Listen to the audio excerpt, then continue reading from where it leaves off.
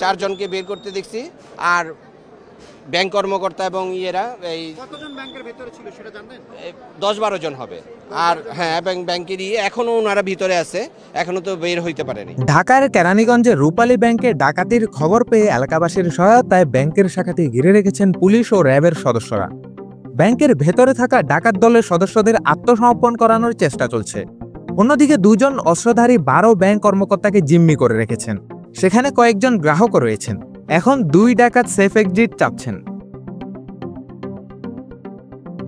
ব্যাংকটির প্রধান কার্যালয়ের একজন ঊর্ধ্বতন কর্মকর্তা এ তথ্য জানিয়েছেন। রূপালী ব্যাংকের প্রধান কার্যালয়ের ওই কর্মকর্তা দৈনিক সমাচারকে বলেন, আমরা ব্যাংকে আটকে পড়া কর্মকর্তাদের সঙ্গে কথা বলেছি। তারা আমাদের জানিয়েছেন কোনো ক্ষয়ক্ষতি হয়নি, টাকা লুটপাট হয়নি। তবে বাইরে সাধারণ জনতা, পুলিশ, র্যাব ও সেনাবাহিনীর সদস্যদের উপস্থিতির কারণে ডাকাতরা ভয়ে আছে। এমন 10 থেকে 12 কর্মকর্তাকে জিম্মি করে রাখলেও তারা নিরাপদে বের হতে চাচ্ছেন। এদিকে দক্ষিণ কেরানীগঞ্জ থানার ভারপ্রাপ্ত কর্মকর্তা ওসি মাজহারুল ইসলাম জানিয়েছেন, কিছুক্ষণের মধ্যে অভিযান পরিচালনা করা হবে। অভিযান পরিচালনা করতে অন্যান্য বাহিনীগুলোর মধ্যে আলোচনা চলছে।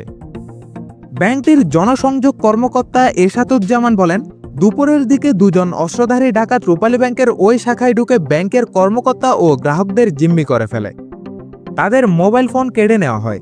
এ কারণে প্রথম দিকে তাদের সঙ্গে যোগাযোগ করা সম্ভব হচ্ছিল না। তবে ভেতর থেকে কৌশলে কয়েকজন কর্মকর্তা মেসেজের মাধ্যমে আমাদের জানান বিষয়টি। কোনো ধরনের ক্ষয়ক্ষতি হয়নি এখন পর্যন্ত। আইনশৃঙ্খলা বাহিনীর সদস্যরা সবাইকে নিরাপদে উদ্ধার করার চেষ্টা করছেন। শাহরিয়ার তাওসিফ, দৈনিক সমাচার, ঢাকা।